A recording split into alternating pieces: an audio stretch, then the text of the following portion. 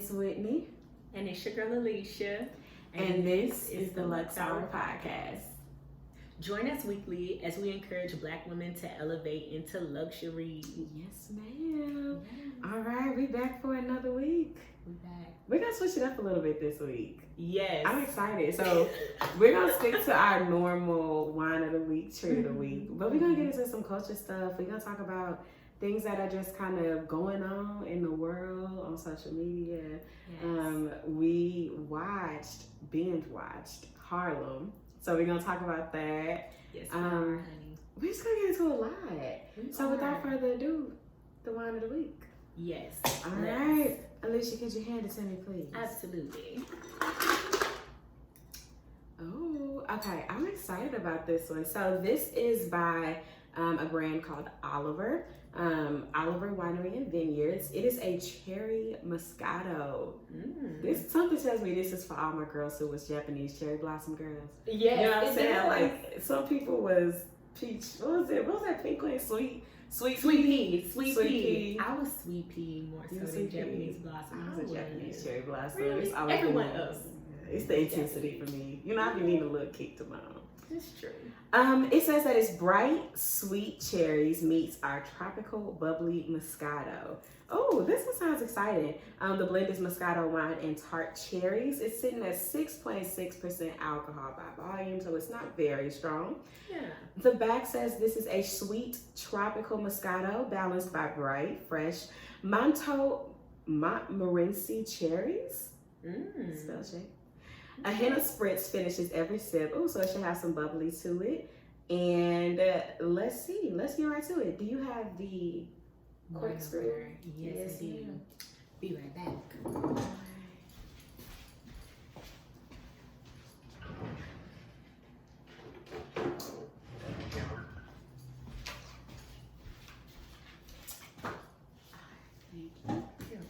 Now, the last time I tried to show y'all how to use a corkscrew, the corkscrew tried to play me. It really did. I'm not going to show y'all how to do this. I'm just going to do it and hope it works. Amen. If I was showing y'all how to do it, though, I would tell y'all to put the corkscrew in at the very top, in the center of the cork, and to twist it down like so. What Auntie Tab say, like so, like that. Link this part up, and then let's see. Okay, with it. I'm telling you, today should have been the day of my tutorial, but the first time. I'm telling you, maybe. Oh no, don't go back.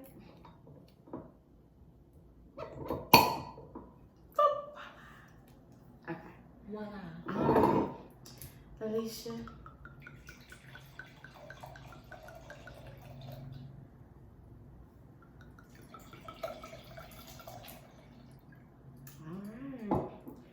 That wine stopper. Yes, I do. Okay. Let us see.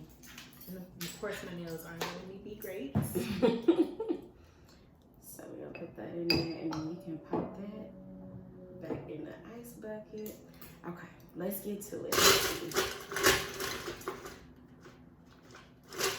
I don't smell the cherry, but cherry isn't really a scent that you can smell. To me. So let's see. It's definitely pink in color, almost like a rosé. I don't know if y'all can see that. It's a really pretty color. Yeah, it's pink in color. Let's see.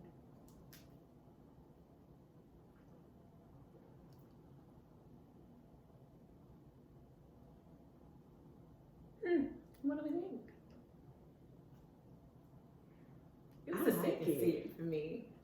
I like it. Okay. It's for sure not. It's not strong at all. It's not something that that is going to get you drunk. But it's very good. It's very good. It's very sweet. It's very light. It almost tastes like a flat Shirley Temple. I don't know. Try it. Let me know what you think. Okay. It's very sweet though. It's very sweet, and it does have that spritz. It tastes like a.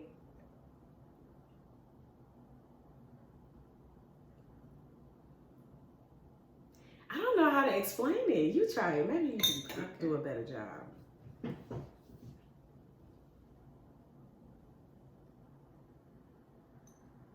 you can't really smell the cherry, but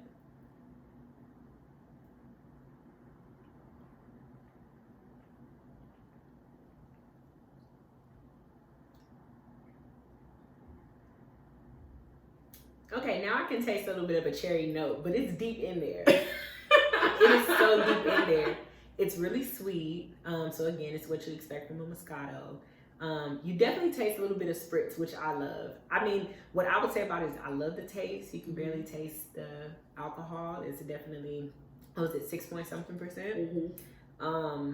But it's just a perfect like day party drink, or even a perfect like substitute for a mimosa. Yeah. It is that for sure. It's perfect for like a girls' night, a picnic, like any light chill function where you're just trying to sip.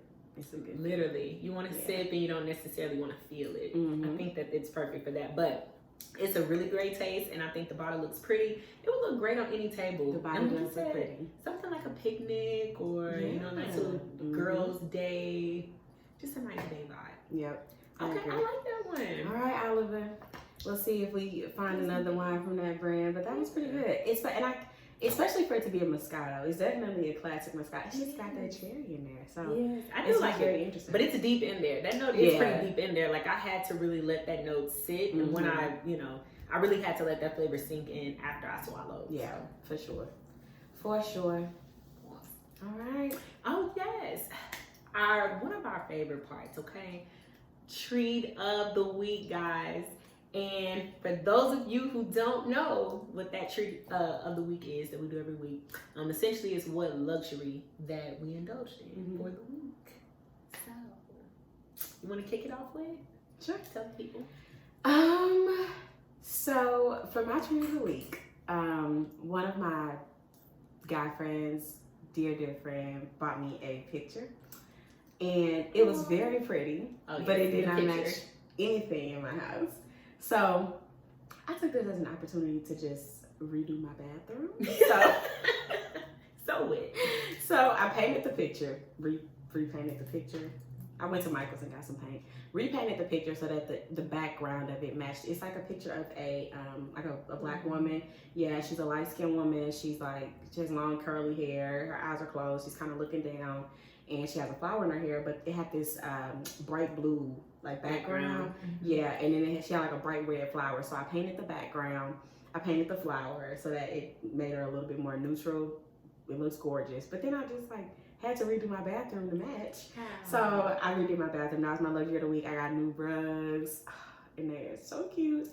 I got an all-white shower curtain. I went with a linen curtain, so it's very, very pretty. Very classic. Yeah, very classic. I added some pine cones just for the season, just to tie in that brown. Since I got the white shower curtain, but the pictures got lots of browns in there. Oh, okay. The rest of my house is tons of neutrals, tons of browns, like shades of brown. So I just brought that into the bathroom. And I just got like a little plant, some pine cones, just little decor pieces. I got a new tray for my perfumes, to sit so I can organize my perfumes on a cute little tray. It's gold. It's got a gold trim. It's a mirror tray. Are we keeping that in the bathroom as well?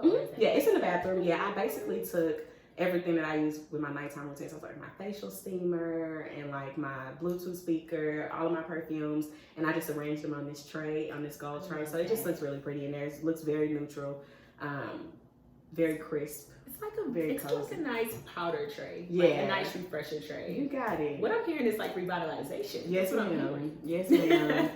Yeah, I feel like almost every week my treat of the week has something to do with my house, but that's where I be spending my money. That is, we were just talking about we were literally just talking about it, yeah. So, but that was my treat of the week, was redoing my bathroom. And so basically, I'm going to see it this weekend. She already knows. So I can't wait for the tour. Yeah. Okay. A tour of the bathroom. We're going to go straight to the bathroom. But if you know anything about Wit's design, it's impeccable. Literally, tomorrow I'm actually posting something, what she did in my place, but Wit has impeccable design. So anytime Wit drops a new design, you scurry to see it, okay? That's just what it is. I'm excited. I follow Shop Cedar House. It's gonna be a crazy year for the Cedar House. Oh my goodness. Y'all just stay tuned. If you like that type of stuff, if you like furniture rehab, if you like design, decor, follow the Cedar House at Shop Cedar House. Oh my God, I'm so excited. I'm so excited. I'm gonna get my coins together and I'm gonna come shop, honey. Do you still have those cowhide chairs? I may or may not be bringing in custom pieces that I'll be making, so I may have some cowhide and lots of things. I don't want to give away. I don't want to give away too much. I don't want to give away too much. I'll tell you offline. Okay. But what about you? What was your treat of the week? Okay. So my treat of the week was actually something I've never had before. It was it's a diffuser. I saw that over there. What's that? The Himalayan salt? Yes, it is. It's a Himalayan salt diffuser. It's literally right over there. It's cute, child. But it was a birthday gift for my cousin Catherine. Shout out to her. Love you. Always so thoughtful. She's just like always reading my mind. She just knows what I need. So, but anyway, so she sent me that all the way from Michigan, and I'm super excited to get it. So it actually came with, so it's a Himalayan salt diffuser, and it came with, I want to say it was 8 or 10 essential oils. Okay. So the exciting part about that was, recently I purchased some essential oils maybe a few months ago, but these were, so it had some of those same, essential oils that I love, like lavender, eucalyptus, and peppermint, but it had a few other goodies in there too that I hadn't heard about or researched. So I'm just super excited to really get a chance to further explore that. I ran it for the first time yesterday. I just went on a self-care spree, by the way, We saw. But that was my treat of the week, but it was in conjunction with my little self-care spree, and it was so random because usually I only do my little bath once a week, but I said, you know what, today's a good day. Today's the day. Today looks like a beautiful day to love on yourself. It does, and that's how it's feeling. And not to get too deep and make it too extra, but I'm a person who doesn't like to be in my home. I always like to be out. I like to be busy. It's like I like sensory overload. Like sensory overload is my thing, honestly.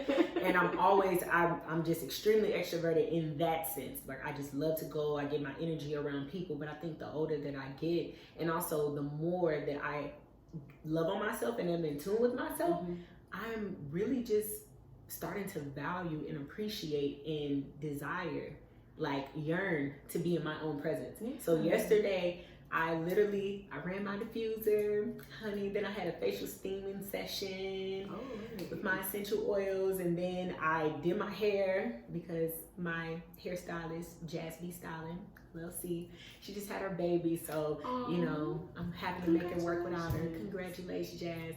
So I'm having to make it work out. So I did my hair, and then I hopped in the tub and ran some candles, played my In a Sentimental Mood playlist, and just playlist. Yes, it's literally my playlist.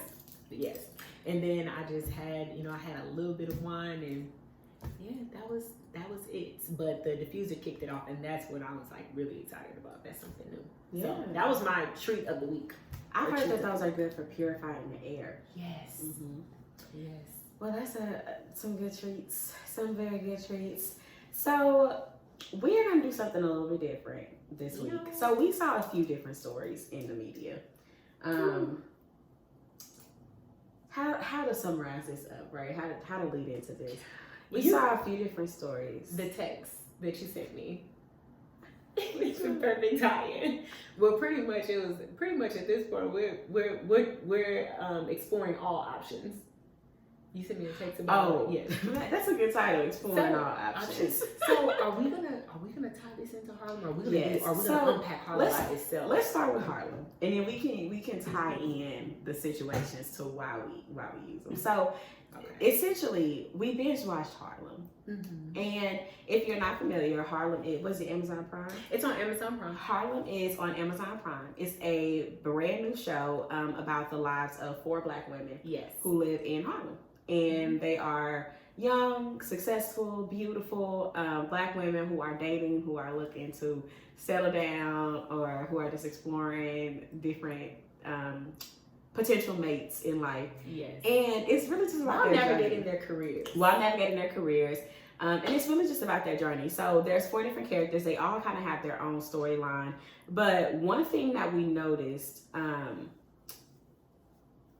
was that each of the women had to step outside of their norm, right, to find somebody who could potentially be their match. And all of the women There was one woman who's a lesbian, so she of course didn't want a black man. Ty was a lesbian. She of course didn't want a black man, but she wanted a black woman. Yes. Right.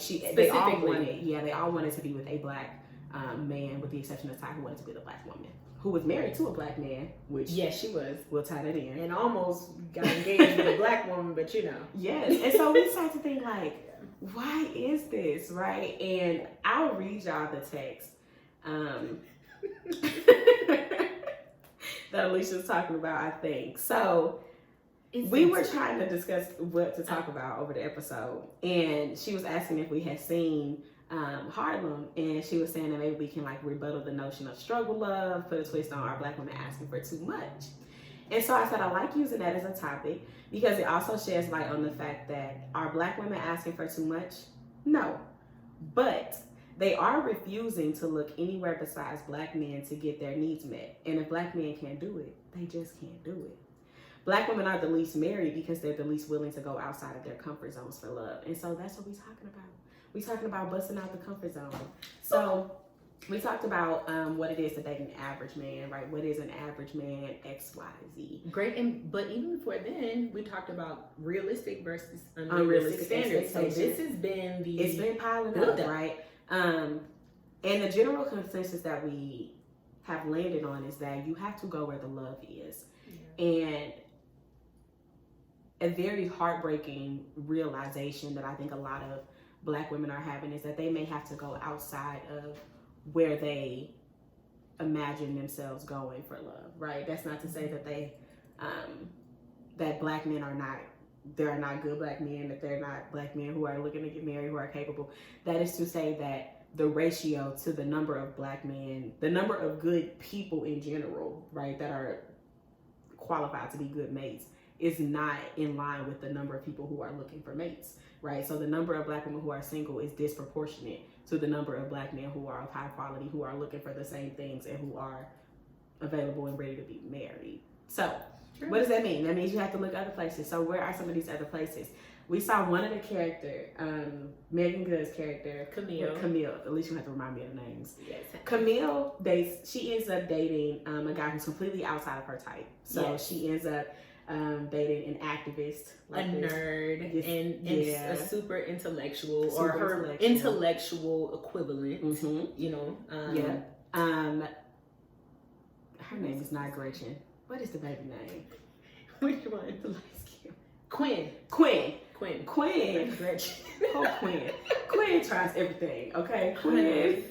I love Quinn too. She dated a scribble. She a young man. Quinn dated younger. She dated a man with kids. She dated a stripper. She dated a lawyer. She dated a white guy.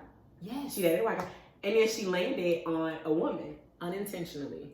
But she went in there and asked her on a date. It was pretty intentional. Oh, well, yeah, I'm sorry, afterwards. But she ended up, she ended up falling for her unintentionally. But in the end, she's like, you know what, there's a connection here. Yeah. I'm going to lean into it. So she asked on a date. She pulled up like, will you call with me? You know? And then it was so cute. When she ran to the car, she was like, she said yes! And she was that was cute. I was like, oh my goodness, girl, you can watch that. So kindergarten.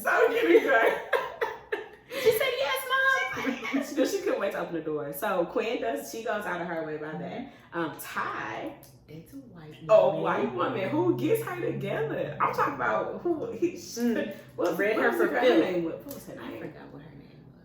She was the journalist for Forbes, though. That was doing the article on her. About. Mm-hmm. You know exactly what we're talking about. Short hair, blonde. Yeah, and Ty has a dilemma with this on the show. On the show, she kind of goes into this like, okay, because she built an app for black queer people to date one another, right? Mm-hmm. And so here she is, CEO, black queer advocate, app builder, and you are a hypocrite. Yeah, so she felt that. So she was dealing with that struggle, and then finally, this might be Angie. Yes. Angie ends up with dang on a bisexual man. More feminine. But who she was great friends with. Yes. Who she was great friends with. So we have all of these brands. We got dating younger, dating people with interesting career paths, right? With less money. Kids. Live with his grandma. Yes. Hello. I forgot the grandma. Yeah. Embarrassing. Man, but that's your grandma. You have two people dating outside of their race, two people dating outside of their gender altogether. Yes. And like, do these have any merit, right? What, I guess, so where we wanted to tie this into current events. You know what? Can we start with our little youngin? Let's start with our little youngin, right? Oh. So to be fair, okay, so we pulled some of these current events from none other than, if it's not TMZ, it's the Shade Room, because that caters more towards us. Our official news source, the official CNN of the black community. The official CNN of the black community, yes, because it's definitely not TMZ. Hello. So we just went through their post for the day, because Shade Room is going to give us everything. They're going to give us about 20 posts a day. So we just went through and we were like, okay, interesting. We want to talk about that. The post that I'm referencing is the post with NLE Chopper. So did I send you? Okay, let me open it. I thought you was talking about the Danny Lay one. Oh, honey. We gotta. Oh, we gotta figure out how to open this thing too. Yeah, we do. Okay. So NLE Chopper. Yes, open it. Yeah. So NLE Chopper, he is a rapper. He's definitely, a very much so trap hood rap artist. We was from. I believe he's from Memphis. I know he's from Memphis area for sure. I've never heard of this man in my life. I can't believe you ever heard of NLE Chopper. Walk him down. Oh, I know that song. I think everyone pretty much knows Walk 'Em Down. Okay, so that was this young man. He looked like a nice family man. Definitely not. Listen, show the people a nice family man. Picture. This is Mr. Chopper.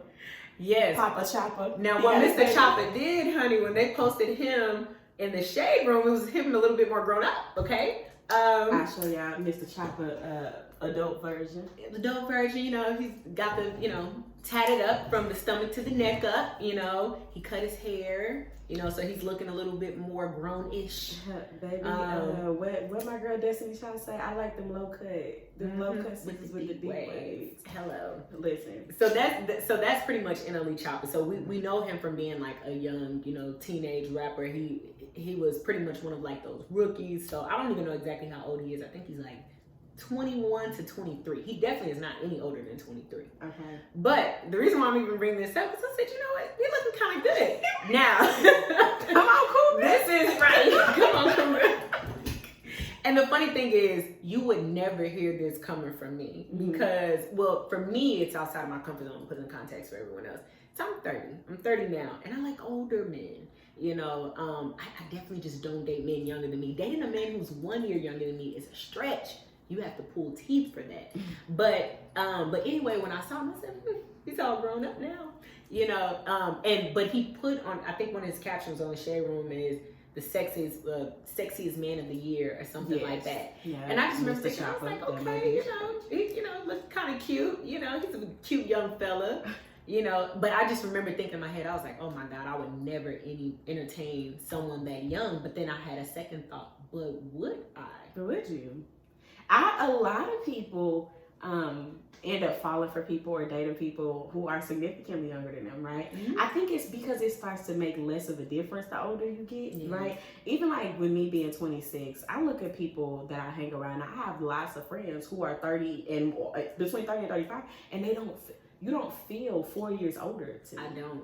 She doesn't. You don't feel 4 years older than me. Like, you know what I mean? And I think by the time you think about somebody that's the difference between somebody that's 50 and somebody that's 60, we would never know at our age. I mean, if I saw a 50-year-old and a 60-year-old together, it's like, oh, okay, so what? I would assume they was the same age. You know what I mean? At that point, they have a lot more in common than they do differences. I think there hits an age where everybody kind of lands on one playing field. You think? Like, is it like everybody over 26 is like grown? I know grown. But here's the funny part that I find to that is too, and not to put anyone's business out there, one of my best friends, her man he's younger like that. It's a nice age gap. I think it's like 6 or 7 years, something like that. Come on. But, and they have a family, honey. Like, but anyway, I won't go into all that business, But either way it goes, but she doesn't feel it. He doesn't feel it. They just feel like two soulmates to each other. Because again, mentally, he's where he needs to be to where he can still lead their family. And so where she still feels feminine and he still is able to fulfill that masculine role to where they feel like they're each other's, partners, essentially. And the age is forgotten. The age gap is forgotten. Well, I think it's also probably fair to mention that the whole notion of dating older was this, it came from the idea of women feeling like if you date an older man, he's more mature, he's more established, he has his stuff together, right? But in the day and age we live in, lots of men are at that point 5 years earlier than they were before, right? Like, I can't speak to emotionally, but there's plenty of men who are 23, 24, 25 with money, right? With more money than 30-year-olds. Personally, I'm starting to feel like, go ahead with it. Come on, rip the Band-Aid off. Let's go. Keep in mind that I'm saying this under the knowledge that there is significantly more women who are looking for marriageable, like to settle down, get married, done being single, right?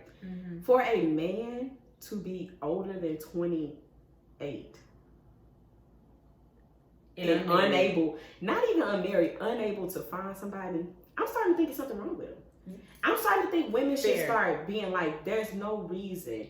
Because think about it. That's like if on Black Friday you a Ninja air fryer for $29.99 and you still on the shelf and it's only one left. Why? What's wrong with this one? What's in the box?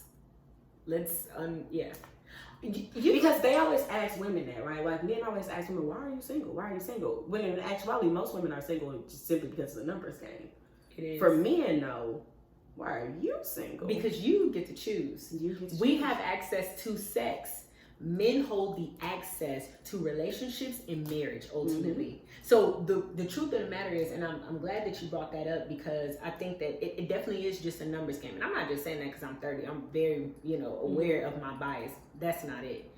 I think the thing is that, let's be real. A woman, you could be ready, but you could be building something with a man. You guys could be together 2, 3, 4 years, and then here comes a conversation of marriage. All of a sudden, it falls apart. So now you went from 26 to 30, and it's not because you aren't marriageable material. It's just that, hey, I dated a man for whatever reason, for years, things didn't work out, or, hey, this relationship just didn't work out, or he wasn't ready to commit. Now I'm back on the market. But I do agree because as a man, you are naturally the provider, the protector, you're the builder, you're supposed to be fruitful and multiply. But if you hold access to the ability, well, I'm not going to say the ability to multiply, but the ideal situation for a lot of women to multiply, then it's based upon your leadership. So if you are 28 years old and you still haven't committed or led a woman down the aisle and put her in the ideal position to reproduce, then I start looking at you like, okay, what's going on? Do you have commitment issues, or do you have unhealed trauma? Are you just out here leading women on? Do you not know what you want? Or, are you just an F-boy? What's going on? I honestly do start to think that. So let's get into some real examples, because I think what you said is a perfect lead in, right? So there's a situation that happened. There's a singer named Danny Lay, for those of you who's not familiar. And then there's a rapper called The Baby. He's grown. And the fact that you have to... Anyway, go ahead. Listen. Danny and The Baby have apparently been closely associated with one another for at least 2 years now? 2, 3 years now? 2, 3 years, yeah. To public knowledge, okay? All of a sudden, maybe now the baby, he has another woman who mothered a child for him, right? He has one now? Are you talking about the original? The original. The original mother of his, how many kids did they have together? Was it one or two? I think it's just one. Okay, maybe it's just one little girl. Don't give me a little cute girl. Yeah. Okay, so this was his longtime girlfriend and the child's mother, first child's mother. Right? The way that the child's mother summarized the relationship is that we know what it is, right? Well, in the midst of this, of them knowing what it is, he goes out and he starts a relationship with Danny Lane. Mm-hmm. Such an intense relationship that they end up dating for a few years. They have a kid, right? Fast forward to how this is coming out, right? Is randomly one night the shade room starts blowing up with like videos of him kicking her out of the house, calling the police on her, telling her she has to leave. He then proceeds to like record this entire monologue about how she never meant anything to him. She was never his anything. They were never together. She was the side chick and she knew it. Mind you, he said all this about the original child's mother too, right? But her rebuttal was kind of to post on her story all of these memories that they had together, right? So she posts them at each other's family house for the holidays. She posts them cruising on vacation in the hospital room, having the baby laid up, singing to each other, truly doing all of the things that a couple would do. Absolutely. Right? And the reason I bring this up is because what you just said is one of the realest traps that I see so many Black women fall into, right? Mm-hmm. Is this trap of, I don't really know where we are, but I think we together. We doing everything that is together, right? Mm-hmm. Back in the day, I think men would like formally ask, like, "You be my girlfriend?" Yes. Now, swiftly, because they knew it was an opportunity that while you were still single, you would explore the options and that you would be open to other men. Yeah. And so they wanted to swipe you up before anyone else had the opportunity to prove to you that they were more deserving. Yes. But now, in the age of social media, men who historically have had to find a woman and love that woman have access to infinite amounts of women, right? Mm-hmm. And so I think where that leads men is like, well, I don't really want to commit to none of y'all. It's too much to see, right? Like, it's like if you're trying to pick out a car or something or pick out a house, and you're like, well, I might like the first one, but let me just see what else is out there. What else is out there? That's how men compared, right? Yes. Can't say it's wrong, but Black men don't really ever pull the trigger on that. Like, they just kind of date their way into a lack of commitment. Yeah, and so I look at women like Danny, and I just feel so bad for her because I'm looking at these pictures and videos like anybody with any sane person. Yeah, like that. This is not side chick, side whatever behavior. But yeah, here she is, 3 years and a child later, with the man who's saying that she was never even my girlfriend, right? And how many Black women I know, and that's degrading her. He's calling her family racist, which obviously so low down. Showed the baby that she didn't want her baby on the internet. He like randomly post a video of it to try to hurt her. Like, it was, now I don't know if it's even worth getting into, but a lot of people, I'm just gonna say this because I know it's probably people listening that's like, well, that she got what she deserved. There's a lot of people who feel like I don't even know if karma. Who felt like it was karma. Because in the past she has thrown shade at like his previous child's mom, and a lot of it based off of skin tone, and race. Yeah, because she's lighter. The other, and also, what is she, Dominican? She's Dominican. Yeah. So and very vocal about not being Black but being Dominican. So, but says nigga. And both of her parents are very Dominican, but anyway. Just want to put that out there. Black enough to say nigga, not Black enough to be called Black. But that's what a lot. Yeah, let me the Cardi B's, everyone. But anyway, let me switch gears before I forget I'm on this lady's side. But Black women, I say this to say, are having to. They feel like in order to find a mate to lock something in, they have to pretty much like roll with the punches. Like, they gotta just kind of go with the flow and wait for him to get it together, right? You sent another article today about Ocho Cinco. I guess he is dating somebody who's he's now engaged, and the lady did a whole interview about why she's willing to date this man who has a history of beating his women, right? And I think how hard must times be for women? My God. How hard must times be that you are on the internet justifying, well, I mean, I know he hit a woman or two. Did he drag her out the house? Yes. But has he ever dragged me out? Like this? Did he break her jaw? Like. And we're laughing because I think it's the African American urge to laugh when we can't do anything else. Shout out to Twitter. It's the African American urge to laugh when we can't do anything else. To laugh to keep from crying. To laugh at asinine situations. Truly, that's what it is. Literally, she has to take a sip. Okay? Listen. I'm about to take one. But, you know, and I thought about that. And when we looked at that, I was like, you know, I think it goes to show, you know, and I think that's important that we know whether you're black, whether you're mixed black, whether, you know, this goes into some of the Latino, you know, whether you're Puerto Rican or Dominican, because they're historically, they have more African here, you know, African ancestry in them. When we look at those that women that are at least, you know, some, you know, have more blackness, more African ancestry in them, typically those are the ones that are settling for whatever is left on the table. And I hate to see it. Another reason why I want to point that out, not to get the only to eat on one table. And that's what we're talking about here, is that happens.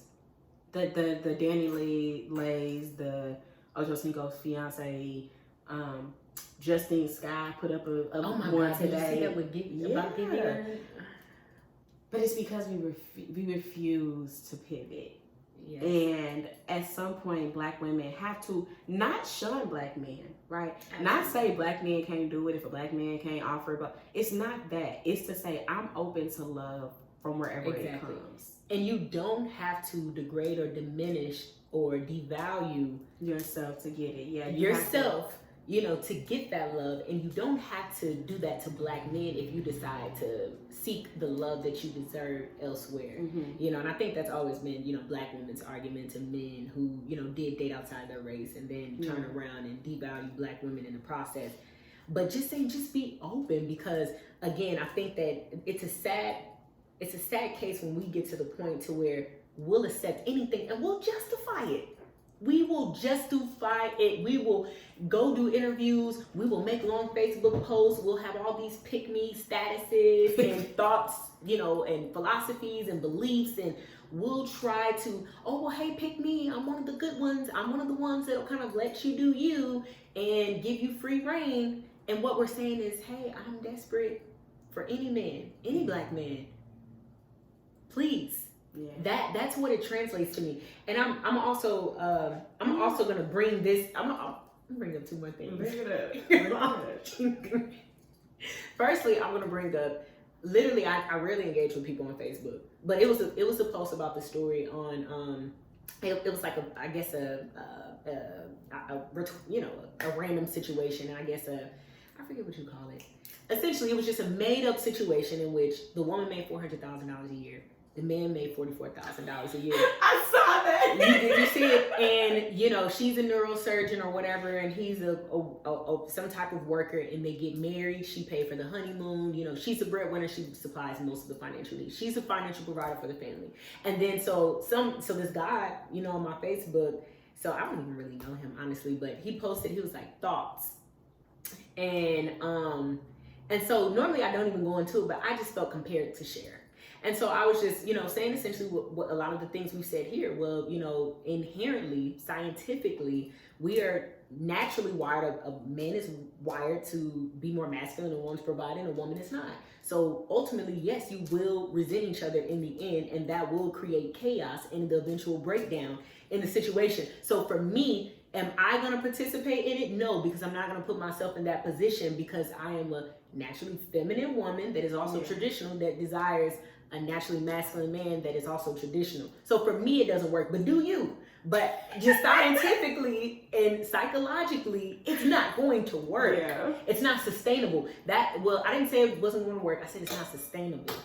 And so, Lord Jesus, and I said you're unequally yoked. Lord Jesus, I had some girl, she came out of the blue and she was like, well, unequally yoked, I don't know what Bible you reading, but what the Bible says about unequally yoked, they're talking about spiritual. And so all these different women were chiming in, well, it just doesn't matter as long as he loves her and makes her feel like he's a man, or as long as he washes dishes. It was just all these women. It was no men that commented, none.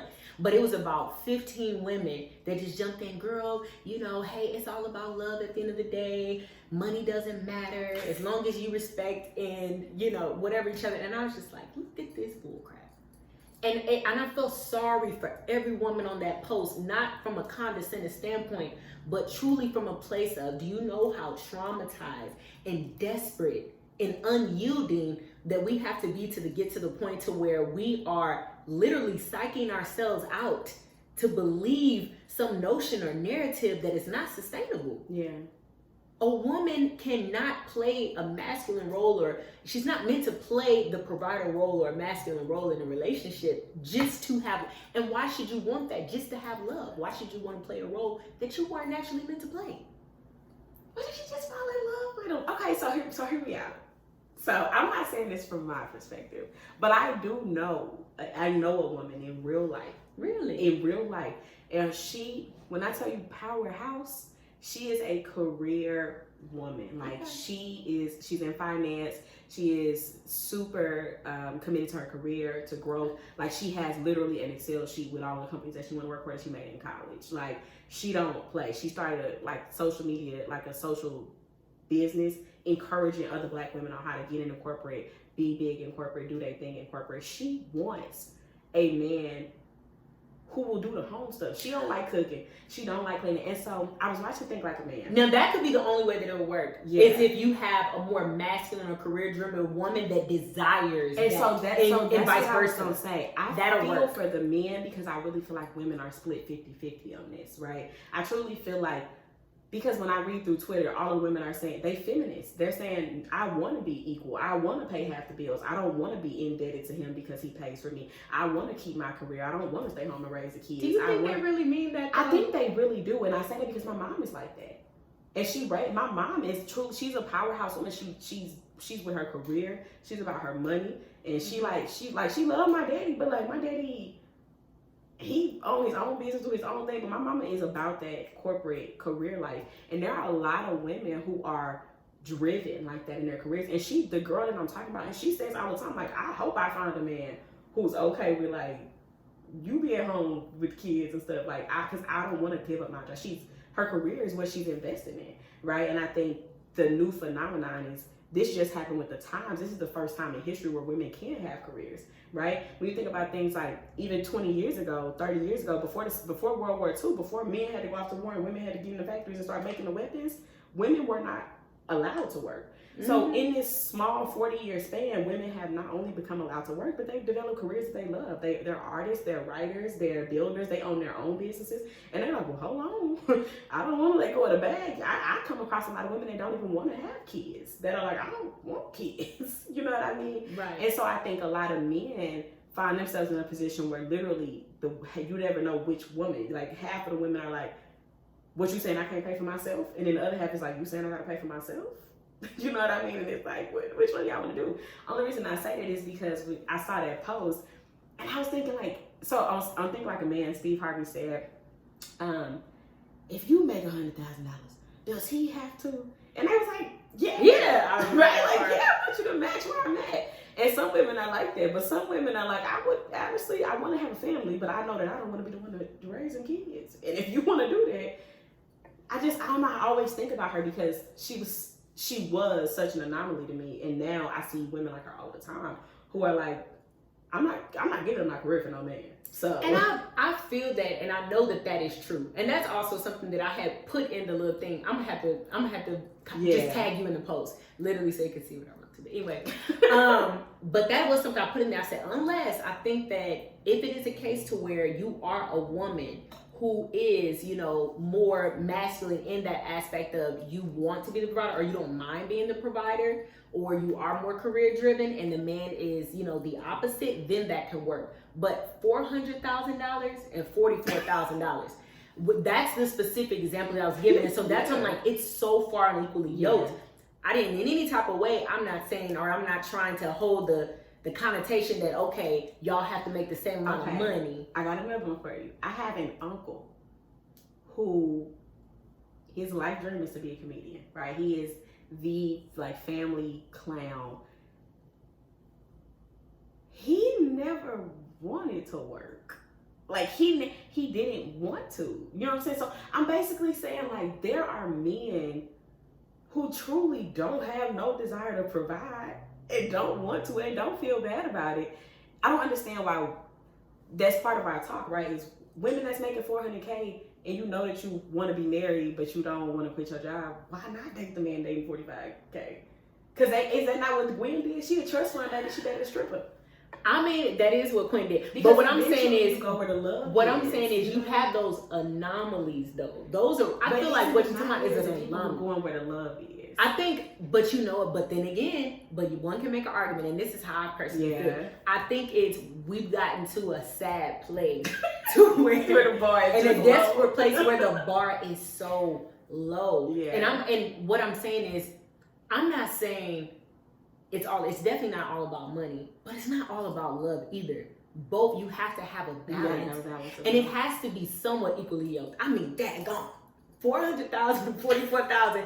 I mean, Jesus, so I can see 400,000 to like 100,000 because, of course, in that case, dang, well, I can still respect this man, but I mean, literally, he's making an eighth. So what if he was taking his eighth and putting all of his salary into college funds for the kids, so that when the kids grew up, he ended up paying for all of their college?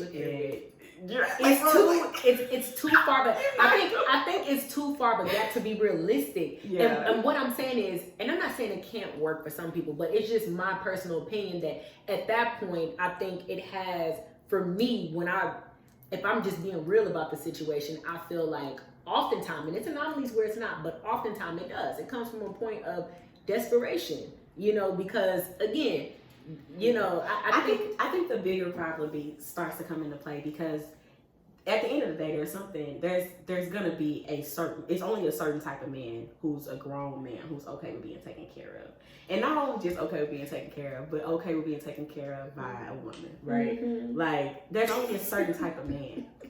Now y'all know I try to be as fair as I possibly can. I'm biased. There's only a certain type of man who's at the end of the day, most men. We call it toxic masculinity, but some level of pride flares up where they say, God dog, I got to start a lawn curve this or something, right? And that's to your point where that resentment would start to come in. Absolutely. If he was, but on the flip side, if he was a man who was perfectly content with being taken care of, because we know that there's a lot of them. It's a lot of women that's taking care of their men. Truly. Oh, he's and they are content with it. Okay. It's a lot of women who get dropped off to work in their own car. Yes. Literally. And they're content with it, right? And those men are content with it. Who ends up getting resentful is the woman.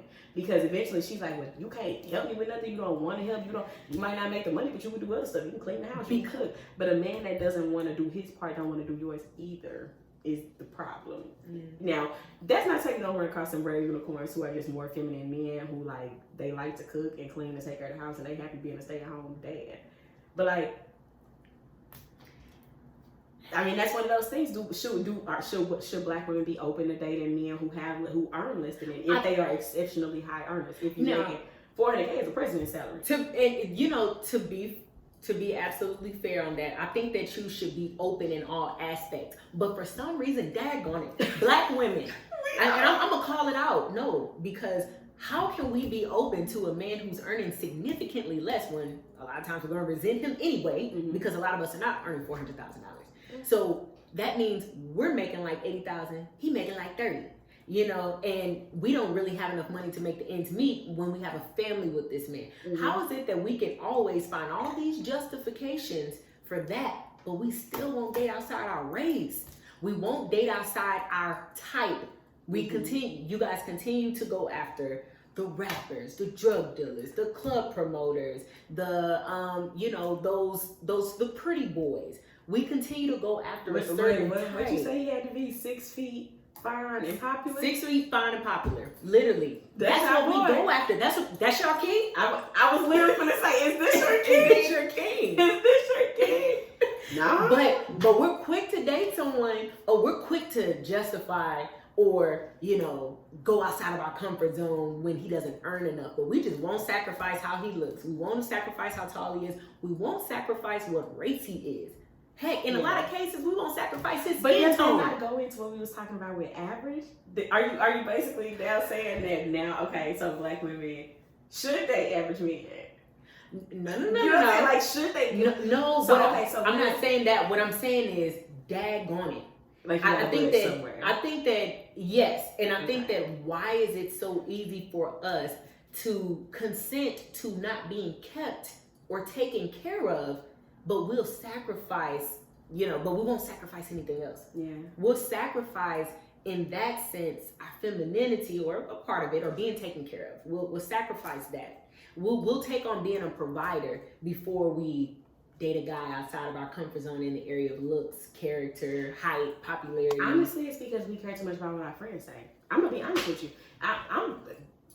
If I'm lying, I'm fine. It's because black women are always running their potential mate through the lens of I'm gonna have to show my friends or family this person, and what are they gonna? What are they gonna say? Because my friend did your name. They'll roast you in your face. Yeah. Woo! But that is true though. I think that is true. That's interesting. But also, what else I want to bring up? Well, in terms of Gideon and Justine, they made me. So, do you want to tell the people what happened with them? So basically, she put up she was on live, and I guess she asked like, "What's the craziest thing that ever happened to y'all?" Or what's the craziest like lie a man ever told y'all? So then she goes on to tell this story about how she was in California and she had just left the party and she was texting her boyfriend or something, and she was at a hotel and saw him. She had his phone. She had his phone. I think she had his work phone or something. She had one of his phones. And she saw him go upstairs or go into the elevator or go to his room with a woman or something like that. And so basically she ended up like texting him like, hey, where are you? This and that. Or no, she was seeing text messages come through. From his friends. So he was texting his friends, but since she had his phone, or she had one of his phones, because Apple sync all your iTunes stuff. So like if you have an Apple Mac, your text messages come to your computer and stuff too. So I guess she saw him texting his friends like, what should we tell her? Like, what should we tell Justine? And he was like, just tell her anything, okay? Like, she'll take me 10 minutes. I'm just going to run up in here and hit this real quick and I'm out. Like, tell her anything. And she was like, she caught him in the act, sent him a picture of the screenshots or whatever, and was like, and he was like, you know what, I'm done with you. And that was because why would you put me out? He said, why would you put me out like that? Do you know what people are going to think? Or something to that effect. But even before that, this was after. That was after he got caught. She texted him the screenshot and he basically wrote to her and was like, see, you're doing too much. I'm done with you. To me, that shows the mentality that black men have. And I know that people in general hate when I say this, but black men truly find black women to be disposable. So for you to be caught dead wrong, you in a room with another woman and you're the woman that you're actually committed to, loosely, but committed to, at least in word, right? Has caught onto you, and you said, for this, because you have caught me, I'm done with you. Exactly. Right? That's him saying, I know that you're gonna have a harder time finding somebody than I will. So I'm gonna use it as a carrot, and I'm done with you, right? In hopes that she would say, let's just talk about it. Well, hold on. And most black women do, but she basically was like, nigga, I'm done with you. Like, you cheated on me. But it was just sad to me for him to say. And then, like you said, the next day he texted her and was like, why would you tell everybody like this is gonna ruin me? Oh yeah, he did say, don't you know this will ruin me? Or what are people gonna think? Or something to that effect. Like he was concerned about his image, not concerned about her feelings. Missed the heartbreak anniversary. And I love Gideon, y'all. We know what she was talking about, Gideon. They just broke up. They stopped following each other, Oh my God, I was so excited to find out they were dating each other as well. Not just because it was like black.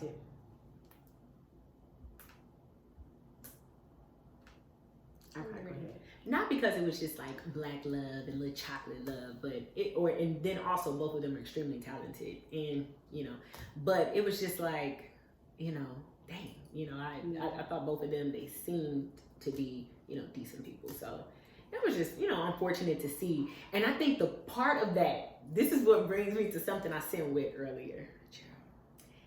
Because I said the lengths that men will go to literally have their cake and their ice cream, the lies that they are willing to tell, and how they are willing to move while in relationships, it's sad. It's really sad. What I sent with was, guys, and I don't even put my business out there, but it doesn't matter. Y'all don't know this person anyway.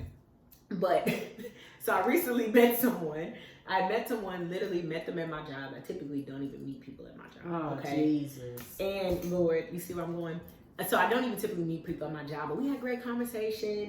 They were, anyway, we had great conversation. They didn't do any business, with the bank. So, they didn't do any business with my job. So it was, it wasn't conflict of interest or anything, but we started chatting it up, and, we had great conversation. We had a great connection. And then, so they were like, okay, well, let me, get your number. I would like to take you out, blah, blah. It's like, hey, I can't do that, because, hey, technically, this and that. But so anyway, they end up finding me on Instagram, and then we end up connecting there. So that was one day. So we chit chatted. They, they wrote me. And then the next day, the conversation picks back up. And I mean, and literally that's when it started coming. I call it the hook. That's when the hook came in. Literally, I mean, this guy starts telling me, hey, I had a dream of you. It was deja vu. I knew that God was telling me that you were the woman that I needed to talk to because I saw you in my dreams. God brought you to me. I've been praying to God lately, asking him to reveal to me what I needed to do and different things. And he showed me you. I know this is a God thing. I want to tell you everything. Let's take a walk in the park. I have so much to tell you. I want to tell you my story, and I want to tell it in person.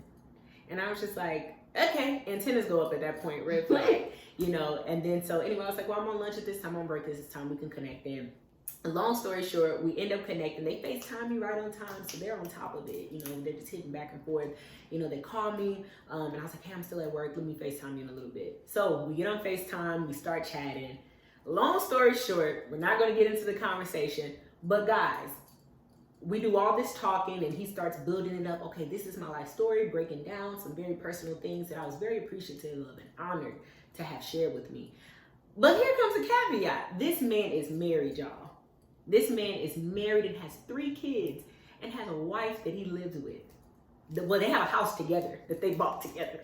That they currently live in. They have a mortgage, a very hefty one. Vehicles, all of that. The whole family, they got everything. They got it all together. And I was just stunned. At this point, we here now. So the Lord must have sent you here for ministry, because I'm the one that's going to tell you, where you did wrong, where you messed up. See this right here? This is where you messed up. And that's what I told him. I was like, hey, I don't know why God would connect me, because obviously there's nothing here. Because this gentleman proceeds to say, well, essentially, that he was on an exit. And that we could start building until then. And that's the part that repulses me. Because literally it repulses me. It's so disgusting. Because at that point, I look at you like scum. At that point, I'm sad for you. And at that point, I'm sad for that woman. I'm sad for those children. And I'm sad for the cycle of trauma that you're about to create or perpetuate. I'm sad for you. And, so again, me and this person, we had a very, at this point I was like, look, shoot, we here now. You on my break already. You got 30 minutes. We're going to use them. I'm going to minister to you, tell you what thus says the Lord, and honestly talk to you as a real person who doesn't know you, because again, he has a background that will make it to where a lot of people wouldn't want to tell him the truth. They would want to be his yes man. And I just told him like it was. And I was very honest and forthcoming. We don't have anything to talk about beyond this conversation, but this is what I think. This is what the word of God says, and this is what I will not be a part of. And this is what, honestly, I can't tell you what to do, but this is what the Bible says that you shouldn't be a part of. So, but I thought it was repulsive. And I think going back to that story, I think the disregard for commitment, the lengths that men will go to create a lie. There's no respect. There's no respect. And I saw this, it was like a reel on Instagram, and it said something, and it was like a guy on there, and it was like, share your unpopular opinion. And he was like,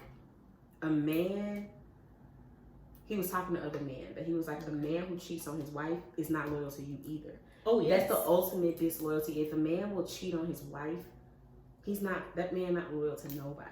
No good. He's not loyal to nobody. No good. Like it. And I think a lot of black men, because they are incredibly loyal, they just won't make a girl their wife. They'll rather just say, well, they'd rather have the cop out if she wasn't my girlfriend. So I didn't cheat. Or we're just, going with the flow. They'll come up with all these different narratives to kind of make it easier for them to justify that they had no wrongdoing. And I think, that's just the part that's scary. And first of all, I will say that the only part that pissed me off was that you would think that you could play with me. But anyway, or that you would really think I was that type of woman, But again, I can't blame a man for trying. Yes. Oh my God. I'm sorry. Okay. I'm going to stop there because I don't want anybody putting nothing together. I don't want nothing ruined. But I would just say it's repulsive. Oh, it's I'm glad you said that because I was going to mention it. Go ahead. Well, you know what? We'll go with what God told. We'll let them cook. We'll go with what God told me. But I, like I said, I think that the people that we're most sad for in those situations are the families that they create and the woman that they commit and dedicate themselves to before God, and that they vow to protect and love through thick and thin.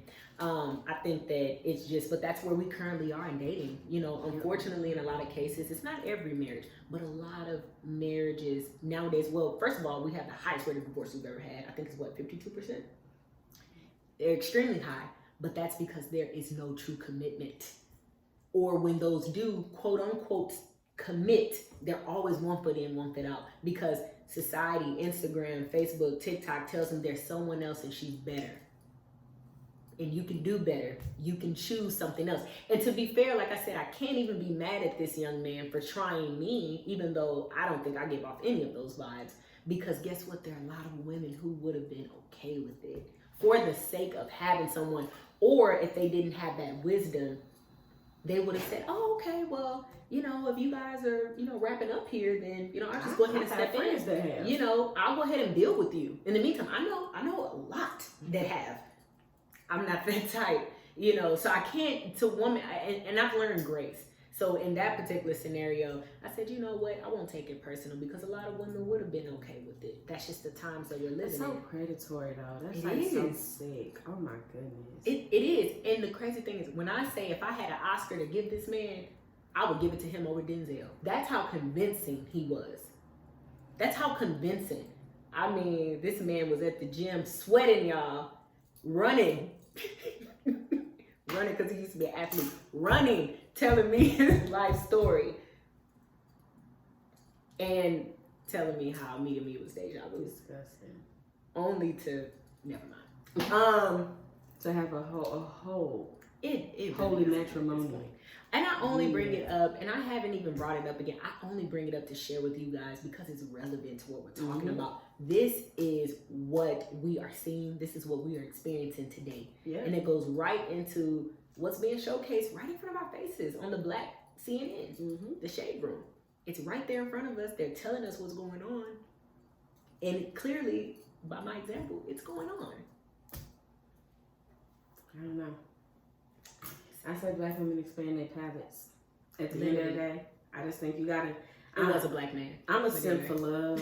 I know it gotta be a balance. I know love don't keep the lights on, but I keep the lights on by myself. So, personally, I feel like companionship don't either. So me personally, I'm not in it for nothing other than the love because I'm 100% self-sustained otherwise. You know what I mean? Like, even like you said in terms of like energy, like I'm an introverted person. I get my own energy from myself. You know what I mean? So it's just like, I understand wanting to maintain a certain standard, but like, I also know tons of Black men or tons of Black women who have best friends, right? Guys who are crazy in love with them. Oh my God, and they won't give them a chance. They still trying to date a certain type of guy.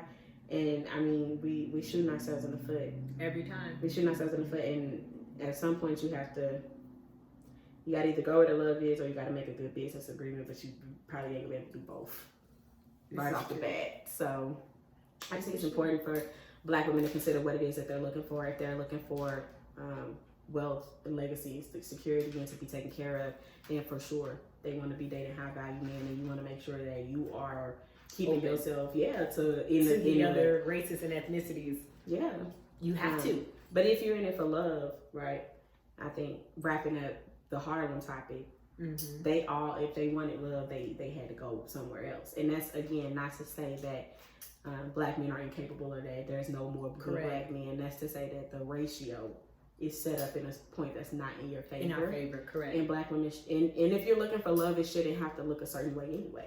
Right? If it's love that you're truly looking for, it's almost impossible to give it a frame with which it was fit into.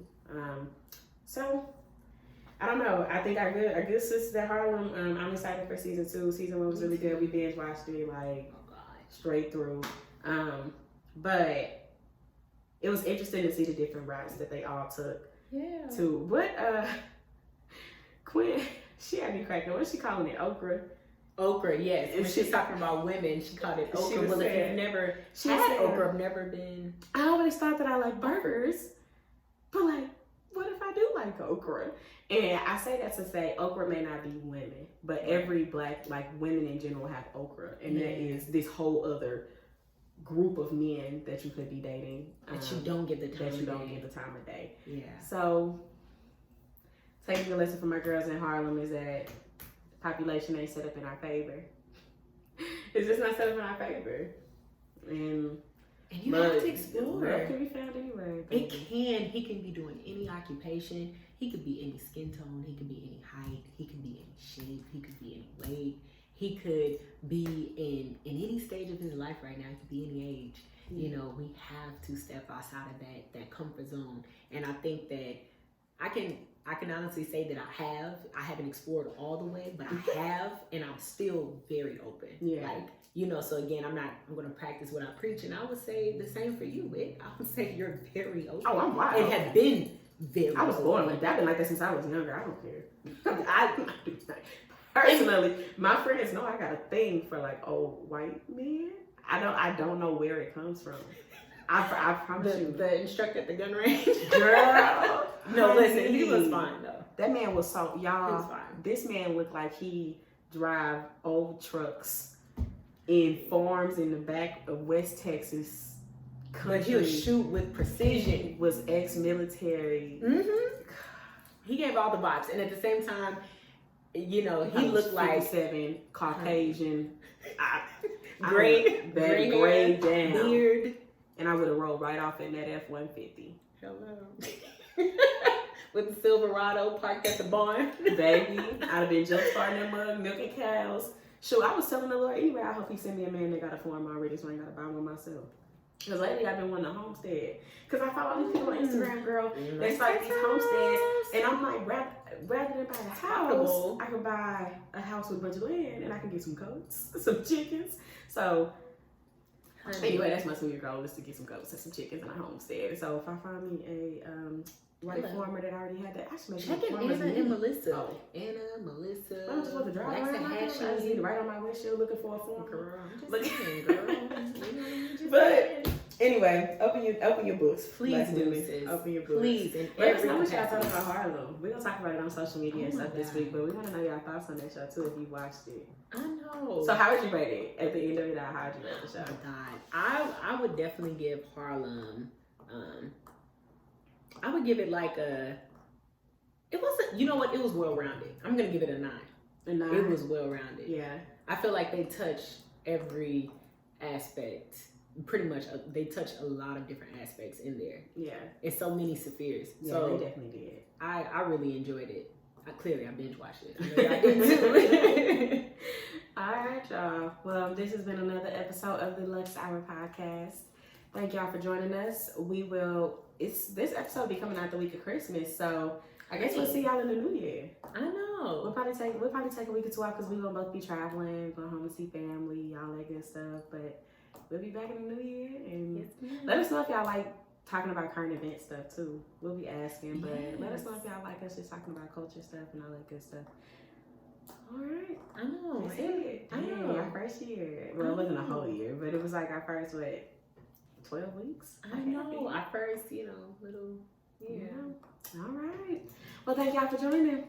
Until next time. Until next time. Cheers. Cheers.